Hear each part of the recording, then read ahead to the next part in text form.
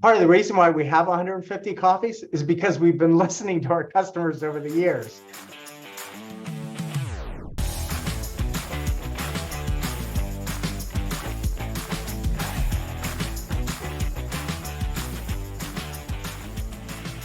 And kind of speaking of that, actually, is I'm a huge fan of e-commerce. If you don't know the industry you're shopping for, there's an intimidation factor. And so I would love your thoughts on what a coffee strategy should be for when you're shopping, whether I'm on your e-commerce or at a coffee shop itself looking at beans. How do I get that confidence, and what's a great strategy for finding the right beans for me? It's a good question. Well, I think one, you want to align yourself with a brand that has a quality product. I think that's number one. And then you want to look at customer reviews. You want to see what other customers are saying. What's the pulse of the customer with that brand. We take a lot of pride that we're 4.9 rated on Amazon and 4.8 on Trustpilot on our website. And that's developed since we started the business, which we've been in business for 20 years. So I'd say that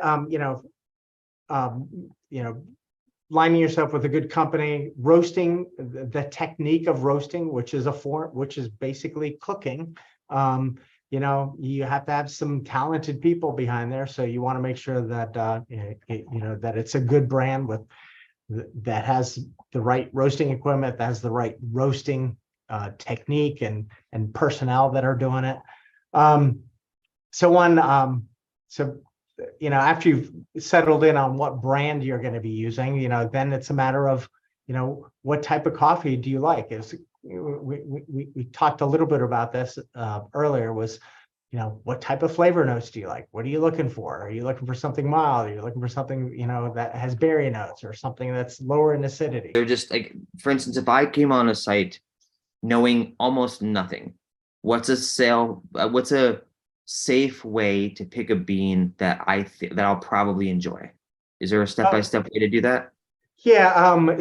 So you bring up a good point.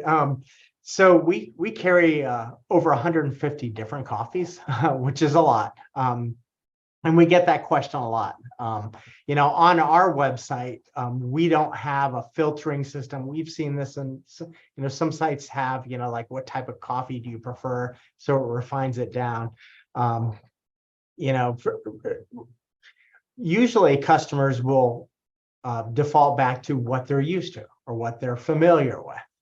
Like, for example, Colombian coffee has been made famous. A lot of people default back to a Colombian coffee, which is a good, mild, middle of the road coffee. It's and excellent too.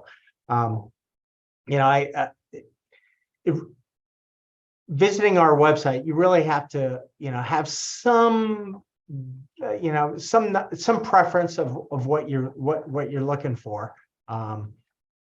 But you bring up a good point. That having some tools out there would be beneficial to people to help in the selection process. That's actually on our roadmap for the future. Come to you for that final sale. Come to you because you have 150 options. So whatever I'm looking for, whether it's mild or more aggressive, you're offering it. Yeah, that's right. That's right. Yeah. Yeah. And it was funny. I was thinking back from your previous question about social media and customer feedback. Part of the reason why we have 150 coffees is because we've been listening to our customers over the years. So like, I'll remember, and this was 15 years ago, this is, a customer who emailed us and said, "Hey, how come you guys, we'd love for you guys to carry Sulawesi coffee."